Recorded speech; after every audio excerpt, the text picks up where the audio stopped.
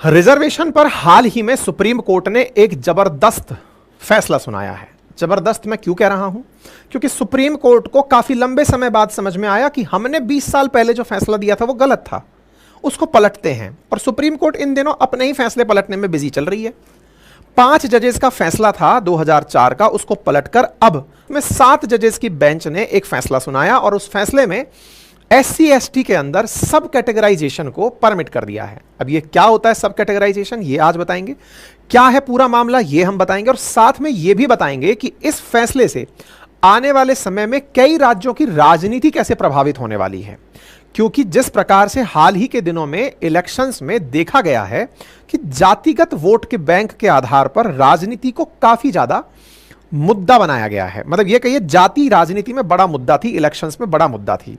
अब जाति को आगे चलकर अगर राज्य सरकारें कैटेगरी में बांट देंगी तो कौन सी जाति फायदे में, कौन सी जाति नुकसान में, जिस जाति का वोट बैंक ज्यादा वो किसके समर्थन में, जिसका वोट बैंक कम वो किसके समर्थन में, आगे जो राजनीति है वो अब और कैटेगरी में सब डिवाइड होकर बढ़ने वाली है। आज के सेशन में सारी बातों को विस्तार से समझेंगे। तो चलिए शुरू करते हैं और न्यूज पर पहुंचते हैं, रिजर्वेशन पर पहुंचते हैं। रिजर्वेशन की क्या कहानी है, इसको समझने के लिए आपसे गुजारिश है कि एक बार यहां पर कुछ अच्छे आर्टिकल्स आएंगे। अगर आप पढ़ने लिखने वाले विद्यार्थी हैं तो उन आर्टिकल्स को अपने पेज पर नोट डाउन कर लें।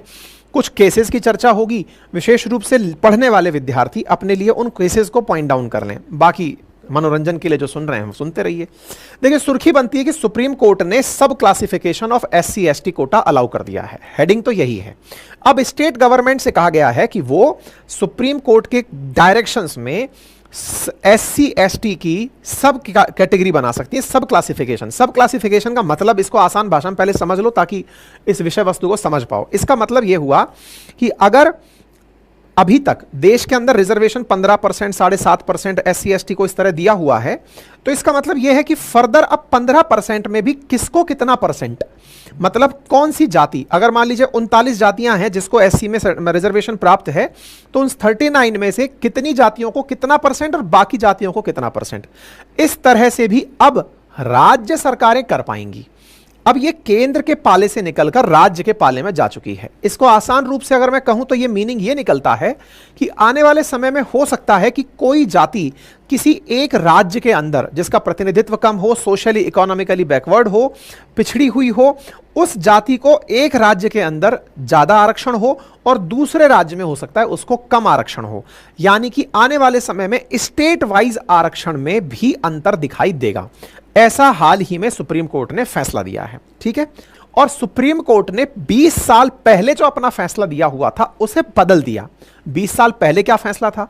सुप्रीम कोर्ट ने 20 साल पहले एक फैसला दिया था जिसमें यह कहा था कि जातियों में सब कैटेगराइजेशन या सब क्लासिफिकेशन नहीं हो सकता।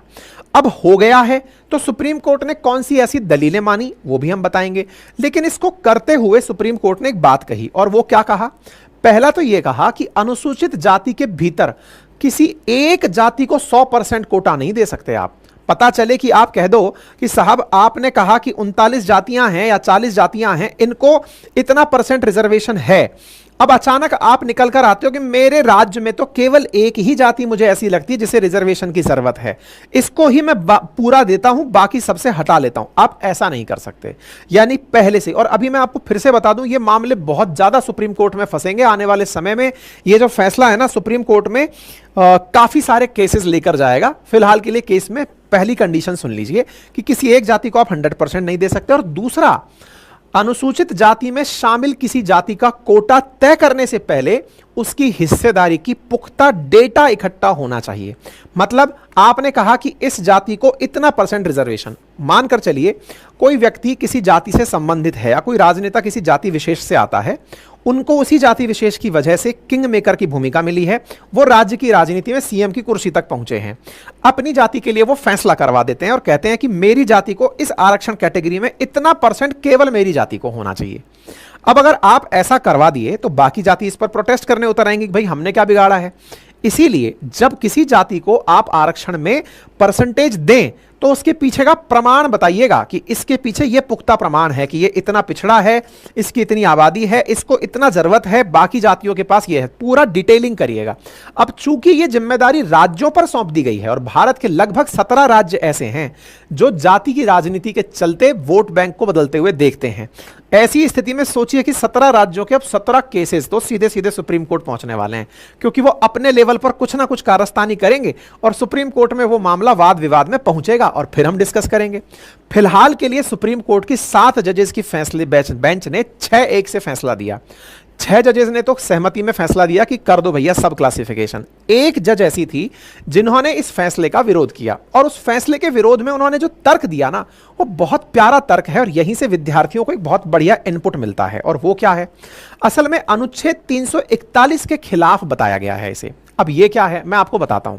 असल में भारत के अंदर जो एससी है या एसटी है, इसका डिसीजन प्रेसिडेंट के द्वारा किया जाता है। शेड्यूल कास्ट का जो क्लासिफिकेशन है वो आर्टिकल 341 के तहत किया जाता है। 341 प्रेसिडेंट को पावर देता है कि president may with respect to any state और union territory and where it is a state after consultation with the governor thereof by public notification specify the caste, race or tribe or part of an group within caste, race or tribe which shall for the purpose for this constitution to deemed to be scheduled caste in relation to that state or union territory as the case may be। मतलब बोले ये हमारे देश में राष्ट्रपति की power है कि वो किसी राज्य अथवा यूनियन टेरिटरी में किसे शेड्यूल कास्ट में रखते हैं। ऐसी स्थिति में जब यह पावर राष्ट्रपति की है तो सुप्रीम कोर्ट इस पावर को उठाकर राज्य सरकारों को दे रहा है। राज्य सरकारों को अगर पावर दे रहे हो तो यह बड़ा सवाल है कि आपने यह पावर राज्यों को दे कैसे दी। तो आंसर बना, सुप्रीम कोर्ट के पास एक आर्टिकल की पावर है जिसका नाम है आर्टिकल नंबर 142।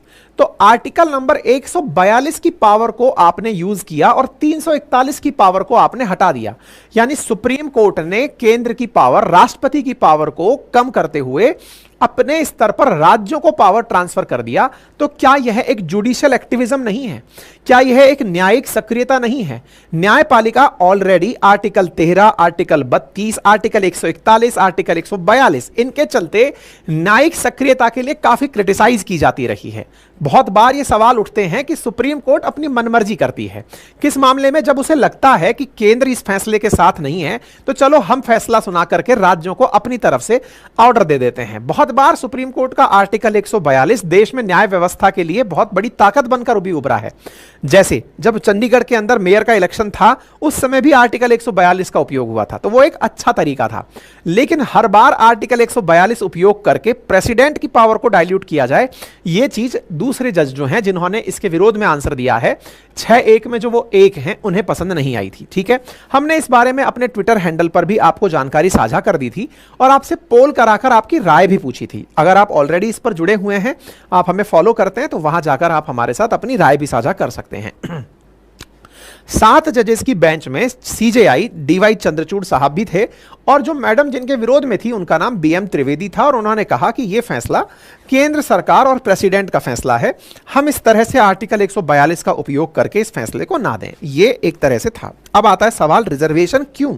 कुछ बेसिक बातें जिनको जान लेना जरूरी है। देखिए, सामान्य टर्म में रिजर्वेशन जो भारत के अंदर है वो सरकारी सेवाओं के अंदर और कॉलेजेस के अंदर और कुछ विधानसभाओं के अंदर कुछ particular section of our population जो है उन्हें प्रतिनिधित्व देने के लिए दिया जाता है। आसान भाषा में कहते हैं कि रिजर्वेशन समाज में समानता लाने के लिए दिया जाता है। क्यों?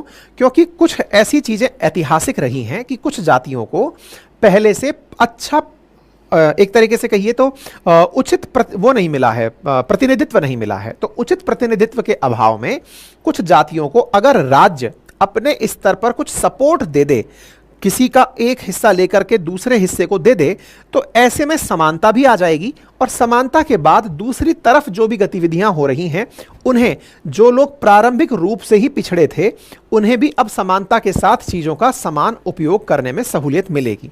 इस आधार पर देश में रिजर्वेशन दिया जाता है। भारत में रिजर्वेशन 59.5% है। ऐसी स्थिति में 10% ईडब्ल्यूएस को, 27% ओबीसी को, 22% जिसमें से 15 प्लस 7.5 एससी और एसटी को दिया जाने वाला रिजर्वेशन है। अनरिजर्व्ड कैटेगरी में 40.5% ही आता है। अब सवाल बनता है कि आरक्षण दिया ही क्यों? क्योंकि साहब ऐतिहासिक अन्याय को ठीक जो करना है। इतिहास में ऐसी बहुत सी घटनाएं हैं जिनके आधार पर यह पता होता है कि देश के समाज के कुछ जातियां, कुछ वर्ग ऐसे रहे हैं जिन्हें प्रतिनिधित्व समाज में उचित नहीं मिला। उनको दूर करने के लिए, उस प्रतिनिधित्व को बढ़ावा देने के लिए आरक्षण की आवश्यकता होती है। ठीक है साहब, इससे आरक्षण से समाज के उन वर्गों को, उन तबकों को लाभ मिल सकता है। आइए आगे बढ़ते हैं। तो अब ये लड़ाई जो आज पहुंची, ये कहां से शुरू हुई? सब क्लासिफिकेशन की लड़ाई कहां से आई, क्या कहानी रही इसके पीछे, सारी बातों को शुरू से शुरू करते हैं। देखिए, पंजाब राज्य भारत में वर्ष 1975 में ओबीसी को ध्यान में रखते हुए एससी के अंदर सब क्लासिफिकेशन कर दिया। अब ये क्या है, थोड़ा सा समझते हैं। बात है 1975 की। पंजाब सरकार ने जो आरक्षित सीटें हैं उन्हें दो श्रेणियों में बांट दिया। एक वो जो अनुसूचित जाति में वाल्मीकि समाज और मजहबी सिख थे उनके लिए, और दूसरी वो जो बाकी बची हुई अनुसूचित जाति वर्ग थे उनके लिए। अर्थात अगर किसी पर्टिकुलर श्रेणी में मान लीजिए 15% रिजर्वेशन है तो उसे दो भागों में बांट दिया। एक तरफ केवल मजहबी सिख और प्लस वाल्मीकि, इनको मिलेगा इतना परसेंट, और बाकी परसेंटेज बाकी बचे हुए अनुसूचित जाति को मिलेगा। 1975 में पंजाब का यह फैसला एससी के अंदर सब कैटेगराइजेशन को दिखा रहा था। सुप्रीम कोर्ट में यह मामला 30 साल बाद पहुंचता है। कैसे? 30 साल तक आसानी से पंजाब का यह तरीका चलता रहा, आराम से सब क्लासिफाई होकर पंजाब के अंदर जो व्यवस्था चल रही है वो 30 साल तक चलती रही, यानी 1975 से चलते चलते 2005 तक। 2005 के अंदर ऐसा क्या हुआ जिससे यह मामला पलट गया? तो इसके पीछे की कहानी सुनो। हुआ क्या? असल में वर्ष 2004 में सुप्रीम कोर्ट ने, अब यही वाला वो फैसला है जो आज सुप्रीम कोर्ट ने बदला है।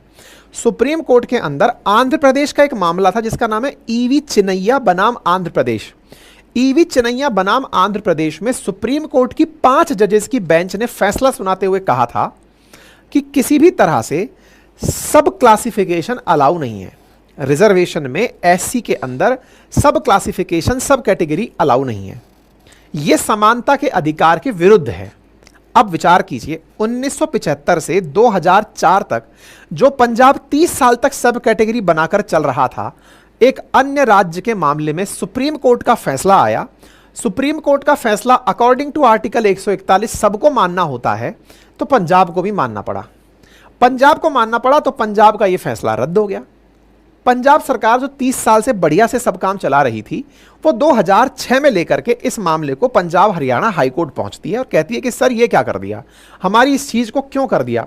तो पंजाब हरियाणा हाई कोर्ट ने कहा कि नहीं भाई साहब, हम इस नीति को नहीं चलने दे सकते, क्योंकि सुप्रीम कोर्ट का आदेश है और आर्टिकल 141 के तहत हमें उसको मानना होता है। पंजाब सरकार ने फिर समझदारी की। 2006 में पंजाब सरकार एक नया कानून लाई। 2006 में नया कानून लाई और नए कानून के तहत फिर से वाल्मीकि और मजहबी सिखों को रिजर्वेशन में सब कैटेगरी में एक अलग वर्ग बना दिया और बाकियों को अलग वर्ग में डाल दिया। लेकिन चूंकि सुप्रीम कोर्ट 5 जजेस की बेंच से फैसला दे चुका है और सुप्रीम कोर्ट का वर्डिक्ट आर्टिकल 141 के तहत सबको मानना होता है, ऐसी स्थिति में इस फैसले के खिलाफ 2010 में फिर से हाई कोर्ट के अंदर जनता पहुंच जाती है। हाई कोर्ट ने फिर से इस पॉलिसी को रद्द कर दिया, बोले नहीं साहब ये नहीं चलेगी। इस बात को सुप्रीम कोर्ट के अंदर फिर पहुंचाया जाता है। पंजाब सरकार सुप्रीम कोर्ट में पहुंचकर कहती है कि सर जब 1992 में इंदिरा साहनी बनाम भारत संघ जो फैसला हुआ था, उसमें भी तो ओबीसी के अंदर क्रीमी लेयर का कंसेप्ट लाया गया था। क्रीमी लेयर भी तो ओबीसी के अंदर सब कैटेगराइजेशन को बताता है। तो आप लोग 1992 में मंडल आयोग के रिकमेंडेशन पर जो 27% ओबीसी को रिजर्वेशन देना था, इंदिरा साहनी जिसने रिजर्वेशन की जो लिमिट है उसे 50% तक सीमित करवाया था, उसमें उन्होंने ओबीसी में सब कैटेगराइजेशन को परमिट करवाया था कि ओबीसी में क्रीमी और नॉन क्रीमी हो सकता है। जब ओबीसी में हो सकता है तो एससी में क्यों नहीं हो सकता? इस बात को सुप्रीम कोर्ट लेकर गई पंजाब सरकार। कब लेकर गई? 2010 में लेकर गई। अब ये इंदिरा साहनी केस क्या है, थोड़ा सा इस बारे में भी जान लो ताकि आप इस बारे को और अच्छे से समझ पाओ। देखिए, इंदिरा साहनी केस असल मायने में भारत संघ वर्सेस इंदिरा साहनी केस है, जो कि एक पर्टिकुलर पब्लिक इंटरेस्ट लिटिगेशन के आधार पर 1992 के अंदर लड़ा गया था। सोशली और इकोनॉमिकली बैकवर्ड क्लासेस जो हमारे देश में हैं, उनके ऊपर मंडल कमीशन जो है उसका जो रिकमेंडेशन था उसको ध्यान में रख करके किस तरह से रिजर्वेशन को डिस्ट्रीब्यूट किया जाए, किस तरह से उसको चलाया जाए, उस पर सुप्रीम कोर्ट ने एक ऐतिहासिक फैसला दिया था। उस फैसले के अंदर जो स्टेट की पावर है उसको लिमिट कर दिया गया था और कहा गया था कि 50% से ज्यादा कोई भी राज्य रिजर्वेशन नहीं दे सकता, और कहा था कि सोशल बैकवर्डनेस का जो कंसेप्ट है वो और अन्य 11 इंडिकेटर्स के साथ डिसाइड किया जाएगा कि कोई भी कास्ट या कोई भी क्लास बैकवर्ड है अथवा नहीं। साथ ही साथ यह भी कहा गया था कि अगर कोई जाति ओबीसी में पैसे वाली है, उसका क्राइटेरिया था 1993 में 1 लाख रुपए से अगर कमाती है अधिक तो उसे क्रीमी लेयर में रखा जाएगा। तो ओबीसी के अंदर क्रीमी और नॉन क्रीमी का भी कंसेप्ट यहां पर निकल आया था। ठीक है साहब, तो इंदिरा साहनी केस का यही वाला क्रीमी लेयर और नॉन क्रीमी लेयर वाला कंसेप्ट पंजाब सरकार ने सुप्रीम कोर्ट में चैलेंज कर दिया। सुप्रीम कोर्ट में चैलेंज कर दिया। 2020 में सुप्रीम कोर्ट ने इस 5 जजेस की बेंच के जो फैसले हैं इस पर विचार करने के लिए 7 जजेस की बेंच का गठन का निर्णय लिया। कब लिया? 2020 में। सुप्रीम कोर्ट की राह पंजाब ने कब देखी? 2010 में। सुप्रीम कोर्ट ने फैसले की राह कब देखी? 2020 में। क्या कहा कि जो ईवी चिनैया वाला मामला था 2004 का, आओ उस पर विचार करते हैं। सुप्रीम कोर्ट इस बारे में विचार करने के लिए 2020 में तैयार होता है। 2020 में तैयार हुआ सुप्रीम कोर्ट इस साल की शुरुआत में जाकर अपने 7 जजेस की बेंच बना पाता है। 4 साल बाद सुप्रीम कोर्ट की जजेस की बेंच इस जनवरी 2024 में बैठती है, 3 दिन तक सुनवाई करती है और फैसला सुरक्षित रख लेती है। ये वो आपके सामने न्यूज़ है 9 जनवरी की। 9 जनवरी के दिन इस प्रकार से ये सारी बेंचेस बैठती हैं। State of Punjab versus Devendra Singh and ORS ये करके मामला है और इसको सुप्रीम कोर्ट के अंदर सुना जाता है 7 जजेस की बेंच के द्वारा। किस काम के लिए सुना जा रहा है? पंजाब ने जो सब क्लासिफिकेशन एससी में किया हुआ था उसके लिए। ठीक हो गया। सुप्रीम कोर्ट इस पर फैसला सुरक्षित रखती है जनवरी में और कल फैसला निकाल देती है और क्या कहती है? सब classification of schedule caste for reservation, यानी सुप्रीम कोर्ट ने अपने स्तर पर सब क्लासिफिकेशन ऑफ शेड्यूल कास्ट को रिजर्वेशन में अलाउ कर दिया है। अदालत ने कहा कि कोटे में कोटा असमानता के खिलाफ नहीं है, यानी जो 2004 में फैसला था उसे पलटते हुए जहां पर उसे असमानता के खिलाफ माना गया था, समानता के खिलाफ माना गया था, यहां पर उस फैसले को पलट दिया जाता है और राज्य सरकार अनुसूचित जातियों और जनजातियों में सब कैटेगरी बना सकती हैं जिससे मूल और जरूरतमंद कैटेगरी को आरक्षण का अधिक फायदा मिल सकता है। अर्थात इसका सीधा सा तर्क यह है कि एससी और एसटी में ऐसी बहुत सी जातियां हैं जिन्हें आरक्षण का लाभ मिला और उन्होंने ग्रोथ में काफी भूमिका निभाई, अपने जीवन स्तर को भी बढ़िया से परिवर्तित किया, लेकिन उसके बावजूद ऐसी बहुत सी जातियां हैं जो आती तो एससी में हैं लेकिन उन्हें अपनी जाति के रिप्रेजेंटेटिव में उतनी अपॉर्चुनिटी नहीं मिली। राज्य की आवश्यकता है कि वो उन जातियों को भी ध्यान में रखते हुए अपने यहां पर कुछ फैसले ले। तो इसी प्रकार से सुप्रीम कोर्ट ने कोटे के अंदर जो कोटा है इसको परमिशन दे दी और राज्य सरकारों से कहा कि आगे से याद रखना, आप अपने स्तर पर ये कोटे में कोटा तो दे सकते हो। मान लो 10 जातियां हैं, आपको लगता है कि 6 जातियों को मुझे ज्यादा रिजर्वेशन देना है एससी कैटेगरी के कोटे में से। मान लो 15% रिजर्वेशन है तो 15 में से 10% में इन 4 जातियों को देना चाहती हूं।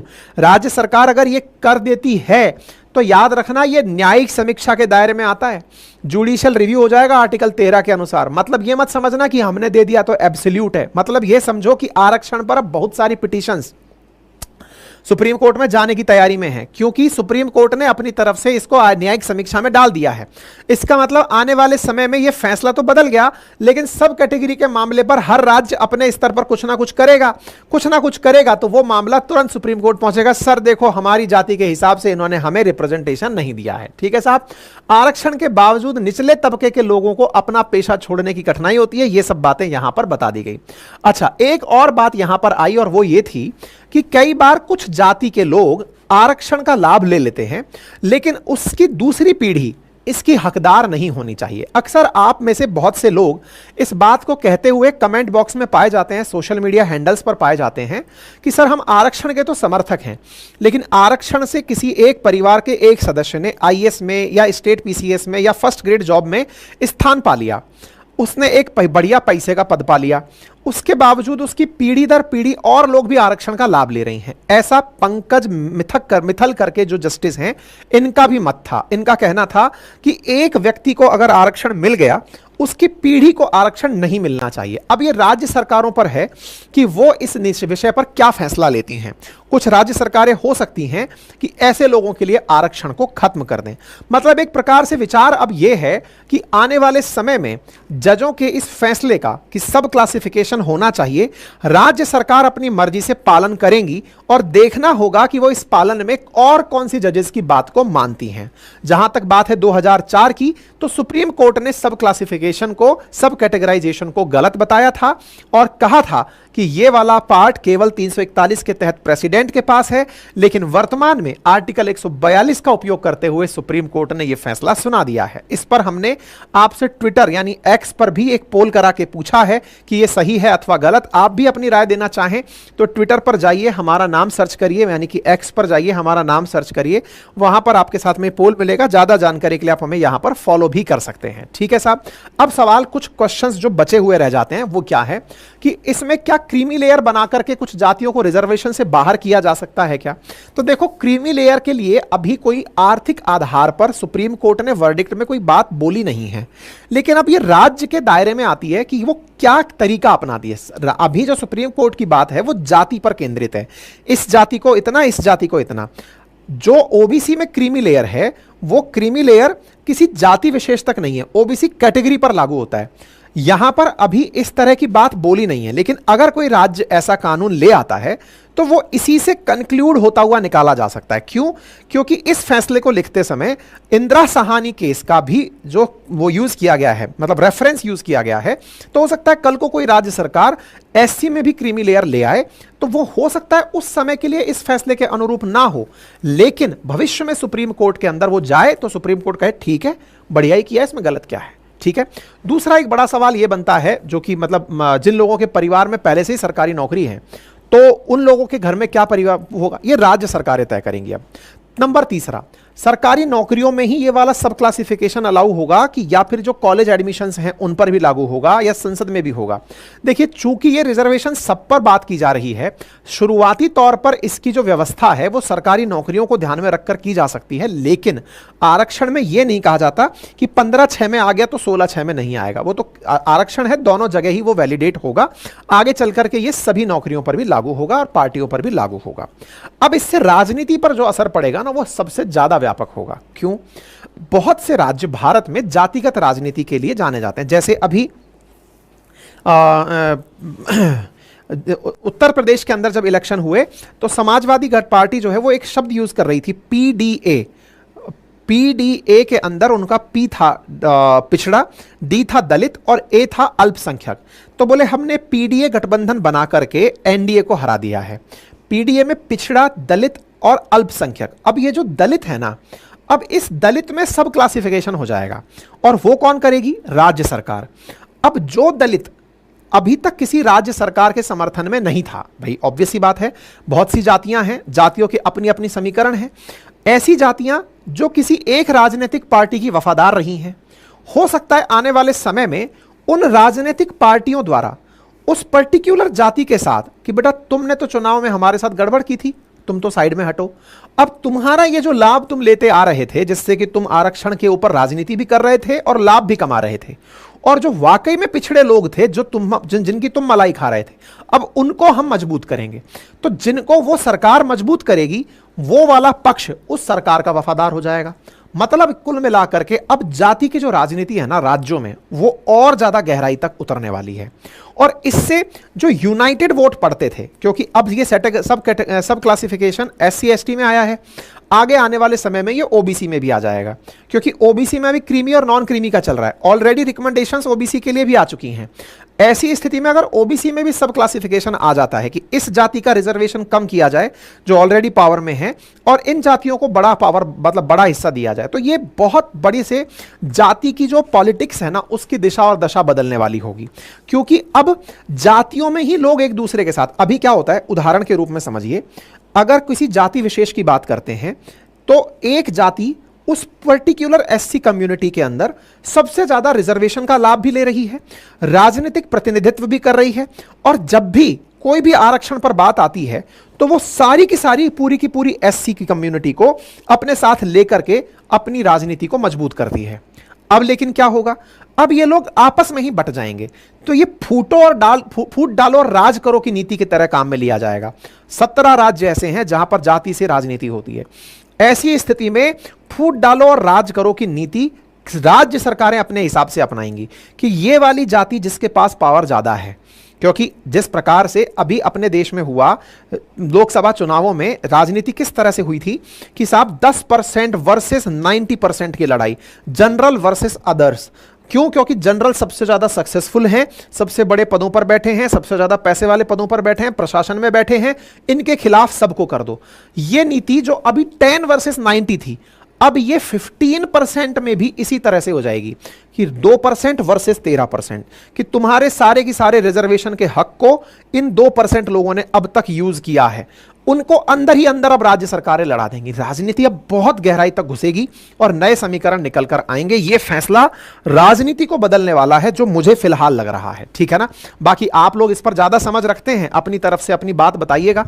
मेरी तरफ से तो बस यही इस पर सलाह है। बाकी आपकी राय जो भी है वो कमेंट बॉक्स में जरूर बताइए।